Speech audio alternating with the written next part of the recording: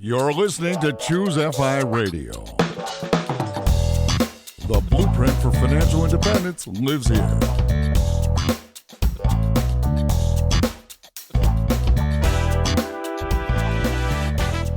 If you're looking to unlock the secrets to financial independence and early retirement, you're in the right place.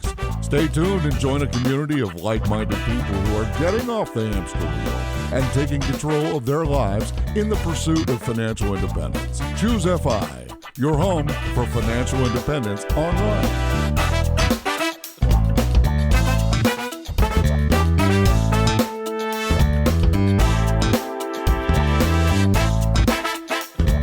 All right, everyone, super excited about this episode today. We're getting the opportunity to speak with Craig and Jerry from RIP Medical Debt, a company that was founded in 2014. 5 years later, is approaching $1 billion of medical debt forgiven, 900 million, I think, to date. This is incredible. Two guys, they worked in debt collection, saw a broken system, was looking for a way to have an impact and make a difference, came up with this solution, close to $1 billion in medical debt forgiven. I think with this episode, we're going to be able to explore, one, the purpose, the impact that they're trying to have with this foundation. And then two, at an actionable level, we realize that there's people that are being crippled under the weight of medical debt.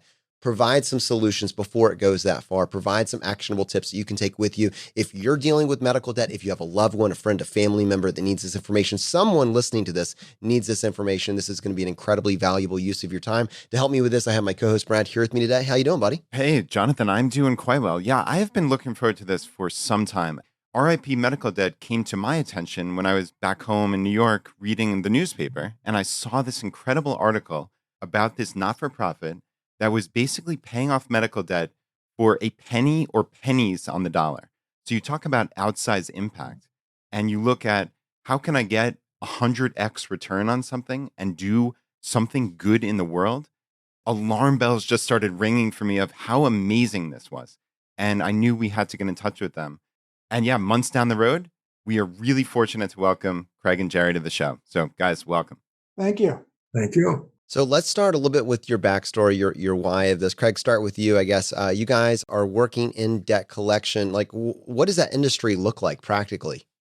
It's actually half of all collections in this whole country is medical debt. So it's strewn with people that can't pay their bills. If you collect about 12 to 15% in the collection industry, you are doing really well collecting against medical debt. I ran collection agencies in my 30 years of being in the collection business. So I knew what it was about. I personally didn't like the business, but I made money and I fed my family and stayed in it for 30 years. I'm only lucky that Jerry even introduced me to the concept of forgiving debt, because it's not what a debt collector does. They don't forgive debt, they collect it. So it's against our nature. It's against our nature. We don't, I even went to, after we started this, I went to collection agencies and told them, hey, a lot of your accounts can't pay. Why don't you bring me into your hospital or your doctor's group? And they go, I can't do that. They'll think that I can't collect. I'm like, well, you can't. Well, I'm not going to tell my hospital that. They'll just kick me out and get someone else that will. I find it, first of all, the work that you guys do is laudable. The idea of being financially independent. I'm in my 80s now. Even here in my 80s, I've never let an unencumbered breath come out of my lungs because of working to pay the bills, working to keep things together. Every one of the people listening to this know exactly what I'm talking about, paycheck to paycheck. Even though there were some very, very large paychecks, somehow or another, they managed to go to some very nice toys or just plain living. So I compliment you guys for helping put people on a track. Now, I'll tell you what gets them off the track, and that is today, you guys they may be financially independent, and they are one sickness, they are one accident away from financial tragedy. So a little bit of what Craig and I are going to be talking about today is not only what we do to sweep up after the parade, after these things happen to people, but to give you some ideas of what you need to do to be able to protect yourself. How's that sound? Sounds amazing. A very interesting thing is when you're looking at financial independence, $55 billion a year is lent to friends and family or gifted to friends and family for medical debt each year. So those people did not have financial independence. That's an astounding number. 36% of all crowdfunding goes toward medical debt. They actually didn't have financial independence. So, what do you do to make sure that you do? Well, you can save money. You can take out an HSA, health savings account. You can make sure that you know what your insurance covers. Most people have no clue. And a lot of the people that went insolvent had insurance. So just having insurance isn't enough. If you look at the amount of people, I think there's 68 million people in this country that are either underinsured or uninsured. Now, to be financially independent, you can't be underinsured. And the definition of underinsured means is your deductible equal to 10% of your gross income? It's easy to tell. I have a $5,000 deductible. I make $52,000. Well, it's close to 10%. It's very simple to tell.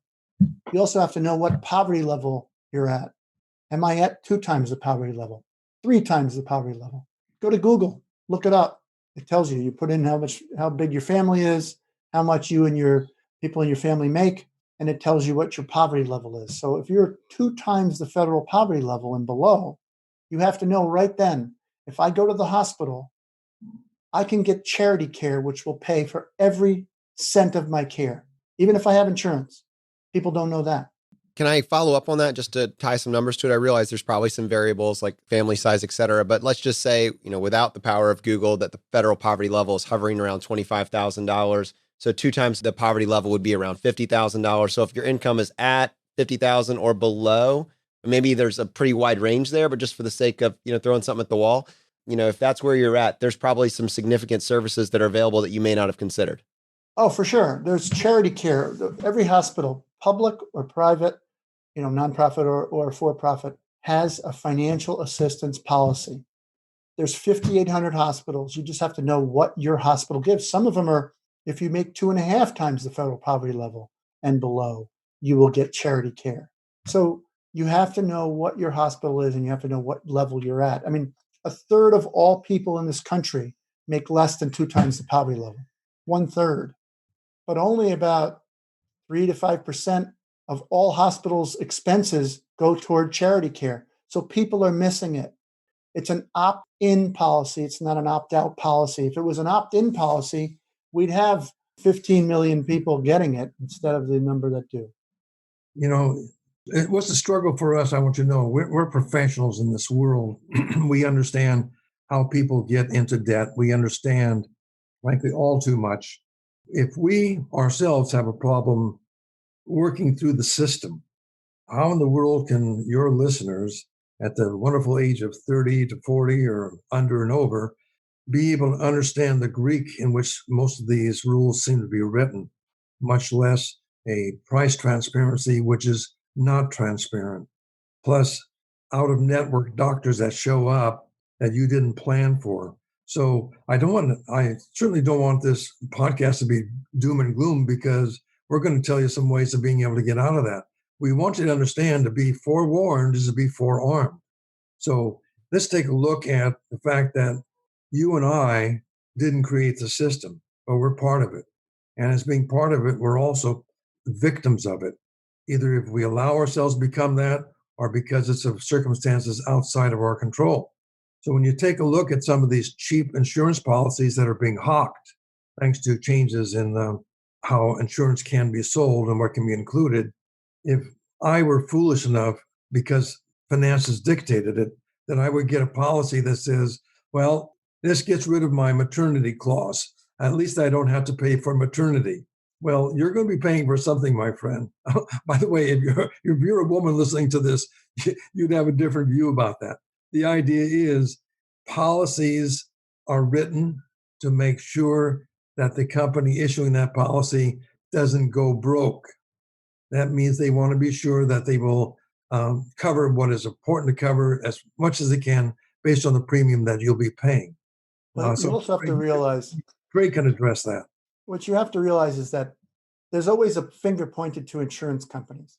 But actually, insurance companies are only half of all commercial insurance companies are run by the insurance company. And that's the other half is self-insured by the company that you work for. they're the ones that decide the coverage. So everybody points at just the insurance companies, but you have to point to your own employer. You have to understand your own insurance. People think that it's the insurance companies that are screwing you. Well, your own insurance company is causing these things too. So you got to understand who am I buying this insurance from? My employer, or am I buying it from an insurance company? Am I buying it from Medicare, or am I buying it from a commercial? And that's what you have to look at. I mean, about 10% of our population has no insurance at all. Those people are the ones that need to listen to this podcast. They're the ones that have to actually plan for this. They have to know when they go into a hospital that they can actually negotiate the price of the goods that they're getting. Remember when you saw in the back of the hotel room, it was back of the door, it said rack rate, and you were staying in that room and it cost $100 and it said $495 rack rate. You're like, who the hell pays $495 for this room? That's crazy.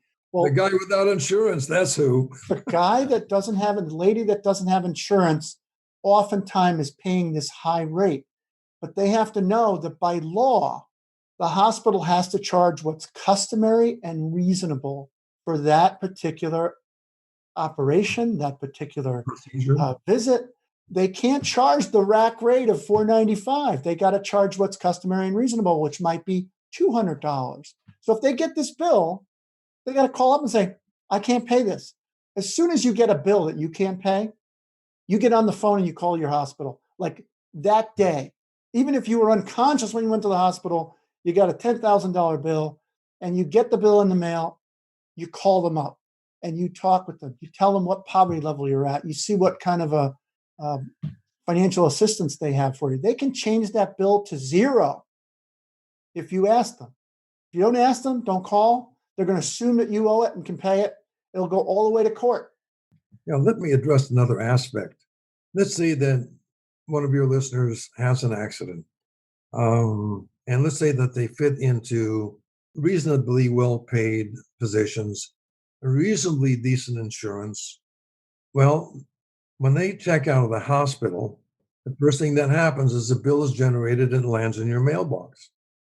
The very first thing that you need to do is call the hospital up if you're confused at all and say, I want an itemized list of exactly what you're charging me for and what the price is.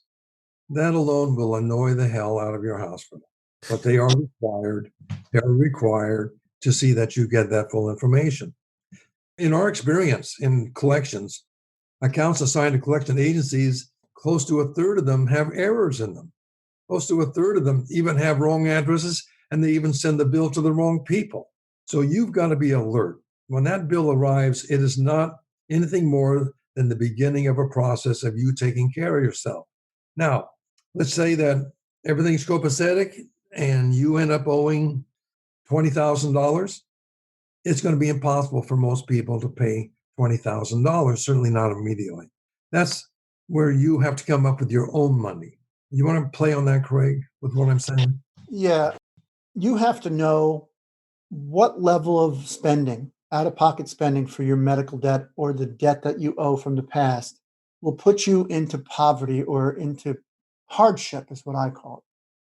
Hardship is just you can't do the things you did before. You can't eat the way you ate. You can't do your normal life the way you've been doing. Material hardship is where you can't pay your utilities. You can't pay the rent. You can't fix the car. You don't want to go to the doctor, things like that.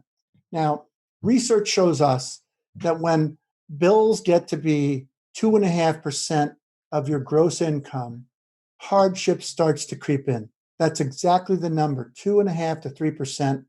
Your hardship starts to creep in. At 5% to 10%, material hardship starts to creep in.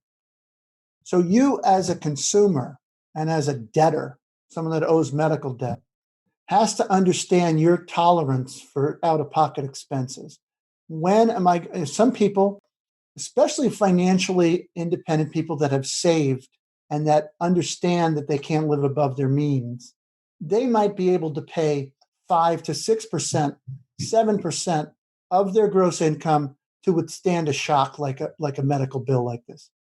But most people in this country can't even come up with $400, let alone not be in hardship. So 50% of the people can't come up with $400 without either increasing their debt or actually selling an asset.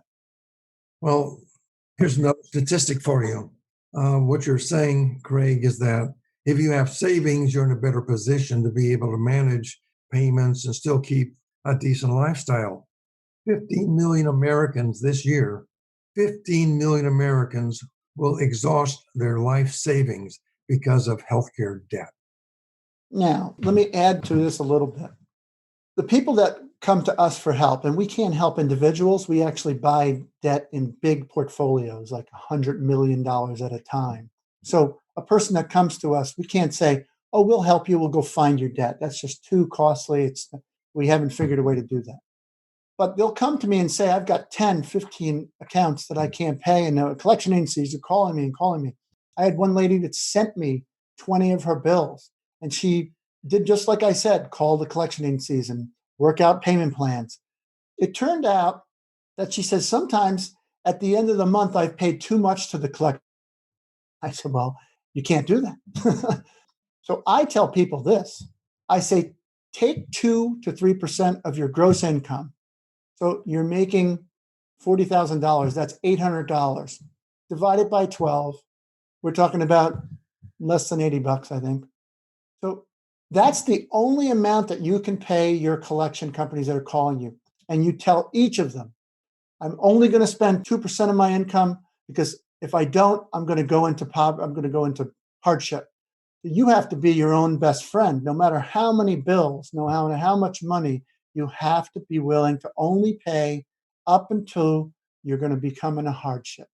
So, Craig, I want to follow up on what you were just saying, because I think there's something incredibly you're giving us the actual language that someone can use. So what I love about this is there's a problem, but I want to, in my mind, we've already pivoted to, as someone that knows the rules and knows the verbiage of the debt collection world, you have a way to now communicate and do so in a way that prevents hardship, and that they really won't. I mean, they may say no, but it's a lot less likely that they'll say no to, because you kind of understand their mental framework. So for instance, someone that has a pretty significant amount of savings, but knows at what point in time, what percentage in time we're now considered hardship, material hardship, et cetera. You can say, okay, based on my gross income, I can afford to send you 2 to 3% of my, and if I go above that, if I go above this $80 a month, that's going to put me in hardship. That's going to put, and if you're a debt collector listening to that, you've already been conditioned and trained to think about that in a positive light. So, I mean, am I understanding that right, Jerry? Help me, like, from a debt collector's perspective, when you get on the phone with this type of verbiage, what are they thinking? The debt collector has one purpose, and that's to collect the bill. And they will do anything and everything that they can within their legitimate powers to be able to do that. The last thing that anybody who owns a collection agency does is to want to pay a debt collector for not being able to maximize the recovery that they're going after. So naturally, you're going to have a response. And the response is always going to be, well, you need to go out and borrow the money. Don't you have friends or relatives? You're responsible. I know you're a responsible person. And sending us $60 a month for a $10,000 bill or a $5,000 bill, that's just not acceptable. So you're going to hear the implicit threats in that. And the threat is very real, because if that bill collector, whatever the policy is for that office, that they will only accept so much, they're in an interesting position as well. If they ask for too much or press too hard, you could very well go bankrupt. And there goes all the money. Or you could very well stop all communication and turn it over to an attorney. That would be annoying for them. So my brothers and sisters in the collections industry would not be appreciative, but what I want you to do almost automatically, when you get a call from a bill collector, you have 30 days in which to dispute the bill. I want you to dispute the bill. Jerry, that's preposterous. I know you see that from a bill collector's background as well, Craig, but let me continue. You've got two guys that are running a charity, both former bill collectors, arguing about what's right or wrong about being a bill collector, while at the same time, our job is to help people get out from underneath their clutches and the monies that are owed. Is that not a challenge, my friends? Man, life is a beautiful thing. So, all right, guys, let's slow down just a real quick second here. I want to just put myself in the shoes of a listener.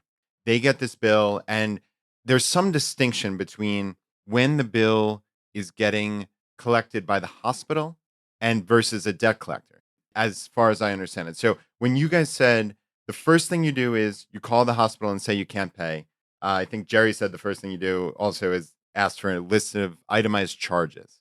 Are there different concessions that you could expect from the hospital when it's within that original period versus once it gets to a debt collector? So talk me through the continuum of this. One thing you have to realize is that there's only one collector for every 8,000 accounts at a hospital. So the chances of you ever being called by a hospital person are practically zero. The chances of you getting through to talk to a collector are probably very close to zero. You have to try, though. I would go to the hospital if you live close and actually talk with somebody. The problem is that there's only one financial aid counselor for every 50,000 accounts. So you got to do this as fast as possible, but you don't have to get it when it's with the hospital, because in 90 days, it's going to be placed with a collection agency. Like the 91st day, it will probably be placed with a collection agency, because that's the only way they can contact the patient. They don't have enough people to handle the calls even. So the first thing you have to do is you have to try to get to the hospital and tell them your situation. If it gets to a collection company, you still have time. The first collection agency is really the one that's calling up, is kind of light and easy. Did you get the bill? Do you have any problems? We want to make sure that you're ready to pay. That's when you got to talk to them, because they can go back to the hospital and say, hey, this person qualified for your financial assistance policy, and they didn't tell you in the beginning. You need to reverse these charges to put it to charity care. That's the first part right there that you have to do. And I would point out, by the way, that the collections industry is much maligned, and not fairly so. What's the purpose of a business? Any business that you and I are in, the business that you're in, if you're billing somebody, you need to be paid for your goods or your services. You know why? Because you're paying other people whose goods and services you're using. So sometimes when you start a business, you're an entrepreneur, and you find out your cash flow is tight and nobody's responding to you. Your mama didn't raise you up to be a bill collector. They might have raised you to be an entrepreneur or a hardworking individual, but not a bill collector. So that's where a third-party intervention comes in. And there are very responsible third-party collection agencies. There's even an association, a national association, American Collectors Association, that has rules and regulations and training classes. And of course, they're very carefully policed by the FDCPA. They have the law that came into effect in 1978, which was the year I started in collections. And it was brought out because there were such abuses. Today, the abuses are minimal, but there are agencies that exist that will be too aggressive and sometimes get outside the rules and regulations that are prescribed. Here's your process when you get hurt or sick.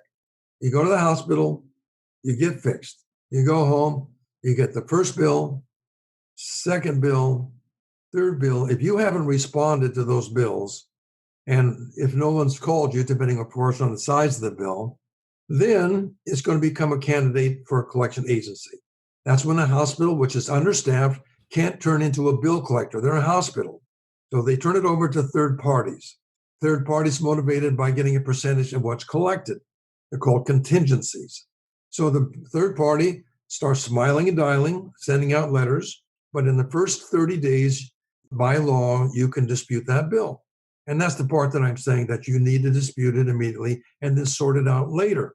If you dispute it, what happens is that they have to go back to the provider and say, we're having a dispute. They don't understand the terms. They're too broke. There are things that are happening that they didn't understand. We need to fix this. Now, when the hospital and the bill collector get it fixed and they come back to you, it's going to be very difficult for you to dispute that. Now you've got to start talking about what you can or cannot do. If you don't have any money or you're not paying the bill collector, the next thing that happens, it goes back to the hospital. They send it out to a second agency, which is a little bit more aggressive and will be paid a little bit more. Why? because a hospital is not a bill collector. Now, at some point in time, some hospitals will give up, and at least a third of all hospitals in the United States will actually sell their debt to a debt buyer. The debt buyer will take possession of that bill for 4 or 5, maybe 6, 7 cents on the dollar. But when they own it, it's no longer in the purview of the hospital to say yes or no to anything. They own that bill and they proceed to collect on it, not for the 6 or 7 cents, but for the full 100 cents on the dollar that your bill shows. Craig, you want to add to that? Yeah, what that gives the hospital gives them a cash flow that they didn't have, and they don't have to wait 2, 3, 4, 5 years from their collection agencies to get the money. So it's a way for them to get money right away.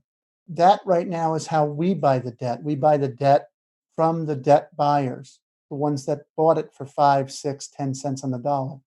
And we buy it for less than 1% on the dollar because we've been able to identify of those accounts that they bought. These are the ones that really can't pay, will never pay. They would be worth something if they went to sell them because people will pay. But the problem is people will pay and will put them into hardship. So what we're trying to do is make sure that we take over the accounts that if they were to pay and if they stayed in the collection companies and the debt buyers, they would pay because people don't know how to say no. I want to follow up on the RIP medical debt specifically in just a second. But before I go there, I think there's one important thing that I'm noticing, and this is particular. You guys are working at a macro level, but at the micro, at the individual. So this individual that was trying to work with the system, trying to work with a hospital, now their debt has been sold off and it's been bought for some pennies on the dollar, maybe 10 cents on the dollar, something like that. It's now just owned by this debt collection agency that is now pursuing it in full. It seems to me that much in the same way that you guys with this program, with this nonprofit are working at the macro level, there's probably still a chance for an individual who understands how things work to target their own debt with some of these strategies. Like, for instance, yes, the collection agency is trying to collect 100 cents on the dollar, right, that they've bought. But at the same point, that's not where they're vested at. And to the same degree that they're willing to sell it, to RIP medical debt for one single individual that's trying to manage this on their own, do you see individuals being able to make the case using the verbiage like hardship, material hardship to say, is there a settlement amount? Does that happen? Oh, sure. If I was in debt and I didn't have the money, but maybe I could raise some money, I would probably wipe out all of my debt by settling it. That's what I would do. You could easily settle things for 50%. It's a little harder to settle it for 40%. You can settle it for 30%. You might even get down to 5% or 10%, but you'd have to have reasons, or there'd have to be credible evidence as to why you're doing it. You have to give them an excuse or a reason to accept it. There's another aspect to that. Keep in mind that the debt buyer who now owns your debt is pursuing that debt to make a profit. If you provide them details and information that you are insolvent, that you're in hardship, that you are 2 times the poverty level or below, the debt buyer is in business to make money, not to chase after bills he can't collect. That's where you're going to have your strongest ability to either have them forgive it or forget about it. They never forgive debt, but they will forget about it. They're not going to pick up the phone again and call you. So your job is to have a very credible story as to why they shouldn't spend more money to chase after you. Well, put it this way too. It's the size of the account that determines whether or not something is going to be sued. Now, 1.5% of all workers in this country have a garnishment on their account for medical debt. That's because I would presume they ignored it, because most of those lawsuits came on what they call a summary judgment, meaning you never even showed up when you got a summons and complaint. And they have to a server has to hand you a piece of paper and said, I am serving you on this particular matter. They can't just send it in the mail and you don't get it. No, there's a process that has to go. If you don't go to the courthouse on that day, you now have a judgment against you. It morphs into a judgment that doesn't have anything to do with medical debt anymore. There's no disputing it anymore. There's nothing. It's now a pure legal matter that gets interest. So 1.5% of the people had judgments and have now a garnishment, which might be 10% of your income. 15% of your income. Talk about a burden. Can you imagine? So go ahead, Jerry. What were you thinking? Well, this is the shady side of the business. There are collection agencies, there are collectors who will practice what they call sewer service.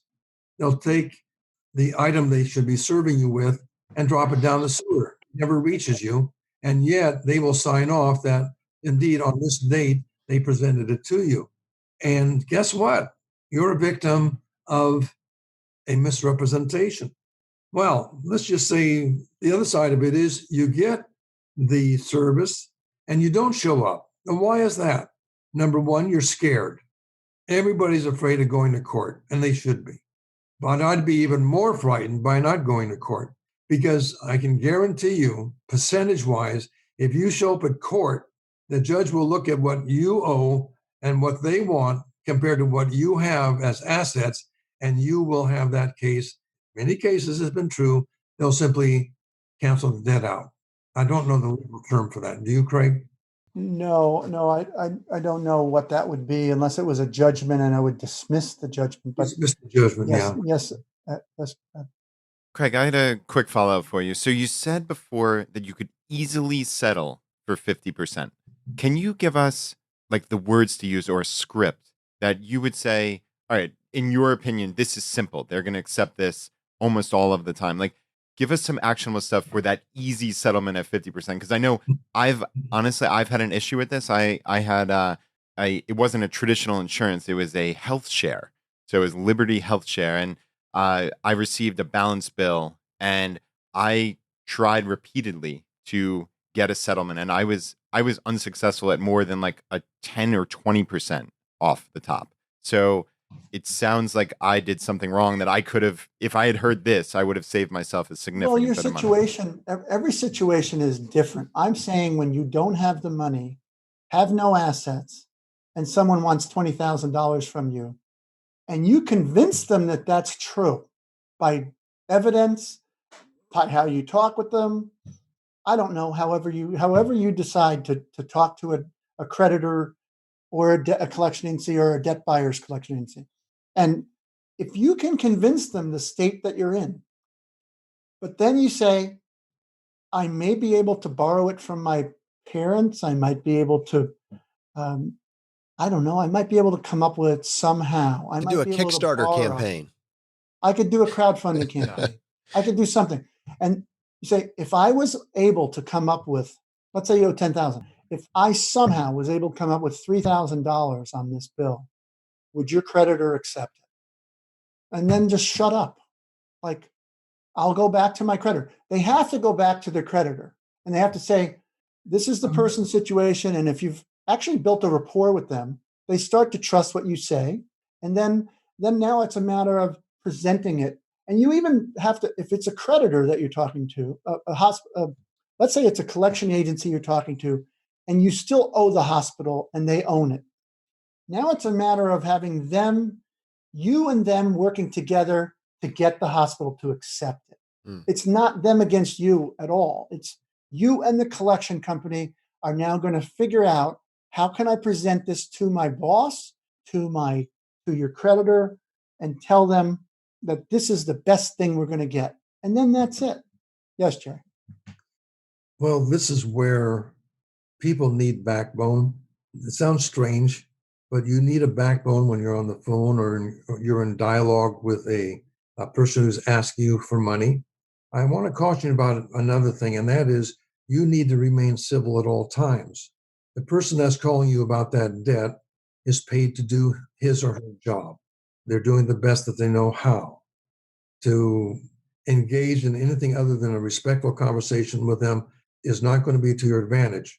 Conversely, if you are subject to abuse, bad language, the Fair Debt Collection Practices Act goes into effect. You write that piece of information down, you authenticate it however fashion you can, and that collection agency will have a problem. So everybody wants to keep it at a high level. You do too. As far as negotiating, once again, there's different styles. I know some lady friends of mine who I wouldn't want to try to collect on. they would tear me up. So these are people that know their rights. They know what they're entitled to. And if they say, I can afford 50% and that's it, if you don't take it, then pretty much our conversation is completed. So come back and let me know if that works. Now, one other thing that's interesting is a lot of the debt that's being collected is older, and each state has their own statute of limitations. Statute of limitations is the time that you can be forced to pay through a legal action. So let's take Connecticut, for example. There's a 6-year statute, I believe. If let's say you had some work done in 2012, you had a hospital visit in 2012, $10,000. And now we're in 2019, past the statute of limitations. If you ever get a lawsuit, you have to go to the court and say, I have a defense. This case is out of statute. Like, you have a defense against the collections, and they will not be able to get a judgment against you.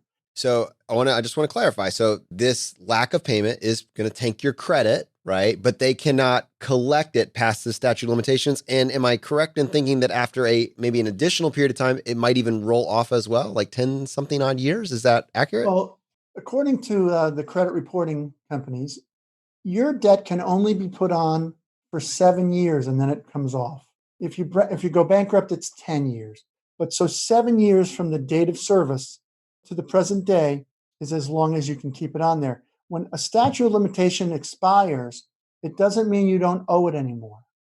It means that if someone sues you, you can bring up a defense that it's out of statute, but they still could sue you, and you better know your rights. That's the unfortunate part of it. Guys, well, they can sue you all day long, but when you walk to the court and you point out that this statute of limitations is supposed to eliminate that, and that the Consumer Financial Protection Bureau and all the laws are on your side, they can still call you up, they can still send you letters, but they can't institute legal pursuit. That's the thing you need to understand. Only if you put forth your defense. If you don't go to the court, you'll have a judgment against you even 10 years. So you got to know, when was this bill from? You can't get a judgment against me after it's out of statute. That's all. I am so impressed with the quality and the content that you're bringing on this episode. And honestly, acting as consumer advocates in many cases, this has been unbelievable. And it's so actionable. I feel like a lot of times I hear advice in this space and it's kind of just platitudes, but this is inside. This is what it really looks like. So I want to go ahead and pivot here. And I want to go back to how we started, which is Craig. Jerry introduced me. So I'm Craig. I'm working inside of, this debt collection service field. And Jerry introduced me to the idea that we could be forgiving this debt instead. And so let's send this to you, Jerry. Where did this idea come from on your end? What made you even think of this? It may be hard for you to fathom, but you're talking to an activist. And I take great note of people in my world who are also activists. As part of that, I really appreciate the work that you guys are doing as activists to get people aware of what their rights are, what their privileges are, what they need to do on a protective basis while they're adding to their wealth and getting well. It's interesting. Bill collectors, when they chase down a bill and they collect on it, they say that they've cured the bill. So we're talking about cures here, right? Well, some time back, I noticed that there was some activity where people had actually decided that they were going to do a debt forgiveness program. And I watched with interest with what was going on, and it didn't last very long. They did a pretty good job. But when I saw that was disappearing, I went to my good buddy Craig and I said, Craig, you and I, with our background, with my activism and my fire in the belly, and your ability to take your collection agency software and re-engineer it, that instead of sending out collection letters, we can send out forgiveness letters. We know the debt buying industry. You know these people personally. Why don't we launch a program ourselves? Because it's a great idea. They just didn't have the expertise that we do. Now, why don't we put our expertise to good use? And Craig said, that's the dumbest thing I've ever heard. Why would you do that? Help people, Forgiving right? debt? I mean, are you nuts? But I said, well, I'll look at it, Jerry. And we ended up realizing how important the work is that we do. I mean, it was just astonishing going from a debt collector to a debt forgiver. I mean, it's a dream come true. It's practically miraculous that we are in this charity right now and about to abolish our billionth dollar. It's we are just blessed. Well, let's give you some history about how fortunate we've been. When we first started it, we assumed that everybody would think this would be a great idea and they would donate money and then we would be doing good things. We couldn't be further from reality because we struggled. We struggled for the first year and a half or better. We ourselves became qualified under our own forgiveness, either being 2 times poverty level or below, or we were in hardship. And frankly, at a couple times you could say that we were insolvent. But we had one thing going for us, and that is we don't quit. And providentially, because we didn't quit, and we were doing everything we could to get some awareness of what we were doing and how we were doing it. One of the original people with RIP Medical Debt was Robert Goff, who was a former executive director of the NYU Physicians Association. And he and I decided to write a book. And the title of the book is The Patient, the Doctor, and the Bill Collector, an Obamacare and Medical Debt Collection Survival Guide. And by the way, I might as well tell your audience that they do want to be educated. Why don't you go to the people who wrote the book? So this is called The Patient, the Doctor, and the Bill Collector. Well, we wrote the book. We didn't expect to make $1 million. We just needed to have a very expensive calling card so people would realize that we did have authority in that world. Well, it so happens that that book was sitting on the desk of an attorney here in New York City when the John Oliver HBO program last week tonight called him up and said, we have a problem. And the problem was that the Oliver people had very carefully and capably set up an organization that would be able to abolish debt, but not quite to the rigors of what you would expect of a charity. So when it was determined by HBO that, there's something called HIPAA involved here, there's something called patients' rights and not violating them, we can't go making a comedy show out of this. And so when they called around to find out what they could do, this book was lying on the desk of that attorney. And she turned to chapter 10, which says, got medical debt? Let's forgive it. And she says, these are the people you need to talk to. So that's when John Oliver's people gave me and Craig an invitation to the HBO headquarters. We sat down with them. Every question they had, we had the answers. We were a 501c3, and we, by law, as a charity, can forgive debt at no tax consequences to the recipient. And when they learned that, that's when the John Oliver experience came about, which made the most huge difference in our lives. I'll be honest, that was my first exposure to what you guys were doing. Really, really incredible stuff. And the thing is, wiping out close to, I think we're here, but probably, I think honestly, as we might be along with you guys on this journey to watch you guys walk over this $1 billion threshold here. We're that close, but it's to say that it did not take $1 billion of contributions in order to get us here. You guys are able to do this because of the numbers on 1%, right? I mean, that's effectively what we're talking about here. It's 1 to 100 based on the relationships that you cultivated, the insider access that you have to this. I mean, how are you able to get this incredible return? You were talking about Brad couldn't even get 10% off. An average person with actual material hardship could make a case for 50% off. You're able to do this at the peak of efficiency, 1 to 100. How is that possible? Well, it's numbers, it's volume. You do it on volume. I mean, if I went to a hospital and said, I've got a person here that's in material hardship, she has no income, she owes $1,000. We're a charity, we're going to give you $10. They'd laugh me out the house, like, are you kidding me? But if I put 1,000 of them together, and now I have $1 million worth of accounts and I'm going to give them $10,000, they're going to say, now you add another thousand times that. Now we're talking about significant money. I mean, the last buy we just did was $119 million of debt. So you're bringing in $100,000 bills for millions of dollars and $10 million, as opposed to $10 for 1,000. So it's all about volume. It's all about relationships. They're not going to sell their debt to just anybody. There's only about 5 to 10 debt buyers that buy all the debt in this country for medical debt, because the hospitals have to know who they're doing business with. They don't even allow those debt buyers to sell it to another debt buyer. They're allowing them to sell it to us as a charity, but they're not allowing it to be resold to another collection company that they don't know. So they really have to get to know the collection company.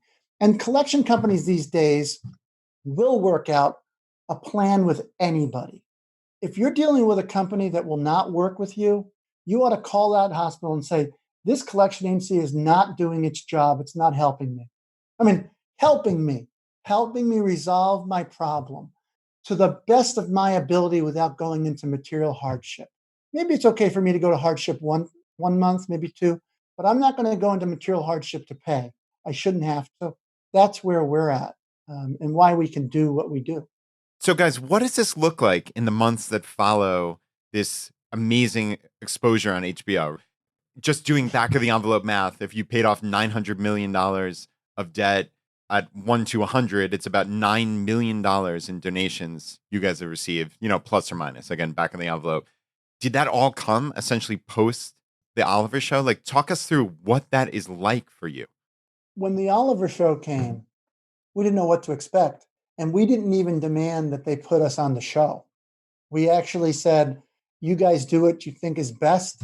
We care more about the debt abolishment because he abolished $15 million with us on the show.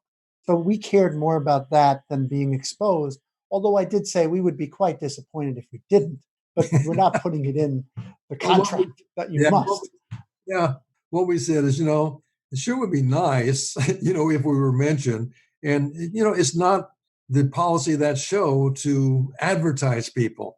So it was a little bit unlikely that we would be mentioned. But when it came to pass, my wife and I were sitting here in Manhattan watching TV. We had a split of champagne between us so that if indeed RIP Medical Debt was mentioned, we would pop the cork and celebrate. You were ready. Well, I like it.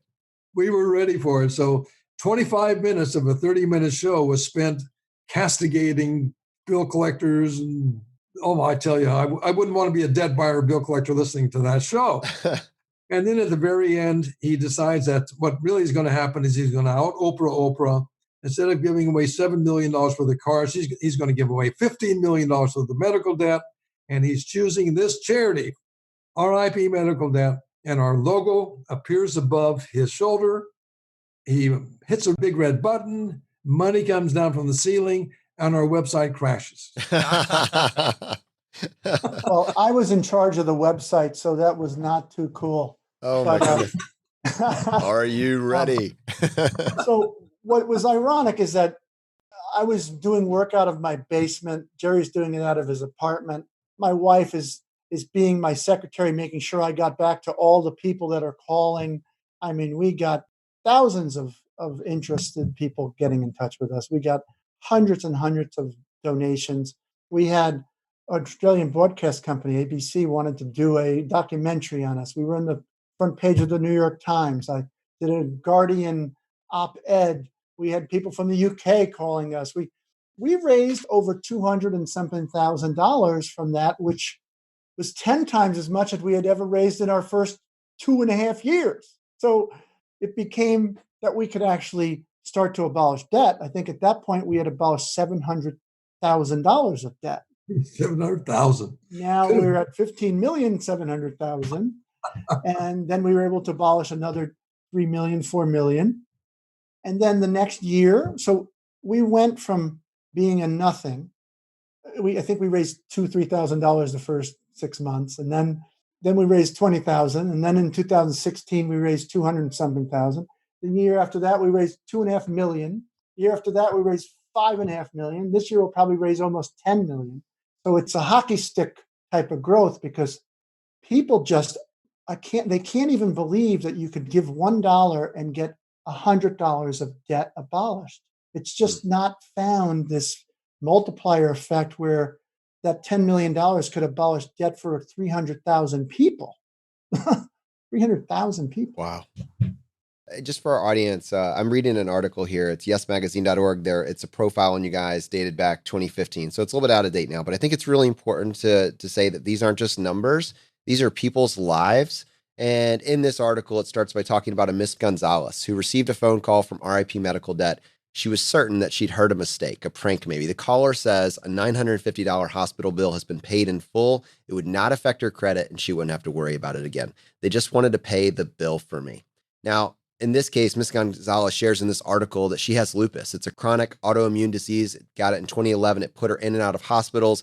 Even with insurance, she has a barrage of medical bills that just have to get put to the side. She can't always work. She'll be fine one day, sick the next. The fact that somebody, this external force, would come in without prompting, and I mean, it changed her life. And I think, and Craig, I believe, and Jerry, in your words, in the same article, people having to, in many cases, make this choice. They're sitting at the kitchen table and they're having to decide, do I buy medication today, or do I pay the water bill, or do I pay the debt collector? And for you guys to basically come in and remove the debt collector from this situation, that's impact. And it's something that, Brad has been excited about this idea for a long time. It's one of the reasons we're having you on the show, to inspire and excite other people. And it's one of the ways that we're just looking to partner with you in any capacity possible.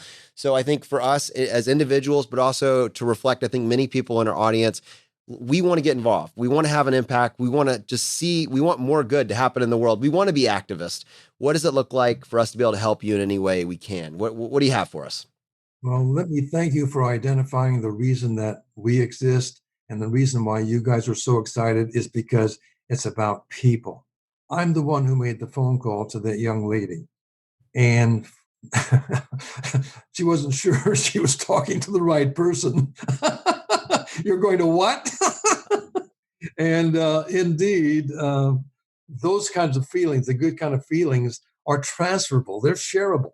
And the donors that come to us are people, and they range from high school students in Pensacola, Florida, who raised money for about $3 million of the medical debt in their area, to a couple ladies in the Finger Lakes district who raised a bunch of money to draw attention to their campaign for health care. We have the faith-based community. God bless them. The faith-based people said, you know what would Jesus do? And so we have literally some 60 churches lined up saying, I want to do a campaign. So let me explain the difference between a random act of kindness and a campaign. If your listener wants to make a random act of kindness and donate to RIP Medical Debt, just go to our website, ripmedicaldebt.org, and there are ways of being able to donate to us. And that's random. That means we will take that money, put it into a pool, and go out and buy debt anywhere. And they will have participated in this wonderful debt forgiveness program that we do. And then there are people who say, well, I want to be a little bit more formal about this. I want to really let people know the importance that they hold for us in our community, that we are responsible for our brothers and sisters in some wonderful fashion called forgiveness. And that's where people create a campaign. Now, a campaign, basically the bottom line of a campaign is that there's $15,000 that's contributed on up by an organization or an individual, and they say, what can $15,000 get me in the way of debt forgiveness in Toledo, Ohio, or in the Appalachia, or in my hometown? And if we have debts that's available for them, we come back and say, guess what? You just got rid of about $1.5 million worth of someone's medical pain. So like with you guys or with anybody who wants to contact us and say, look, I want to do a campaign. I think I can pull together this $15,000. And what does it do again? $1.5 million for the medical debt abolished. Plus, we go into a publicity campaign to make sure that the local newspapers know that these people are doing the good that they are doing. All right, so Brad, I think we want to do a campaign. Yeah. Right? No, I don't want to do one. I'm in. All right, guys. I tell you what, let's continue this conversation offline, and we will figure out what a campaign would look like. And maybe we can talk about it on our Friday roundup and give our listeners more input if they want to join us on this. But I know that we want to be a part of that. I mean, for 100% certain. That's great. Thank you. That would be absolutely amazing. Awesome. Beyond amazing. And it's very much in keeping with your credo.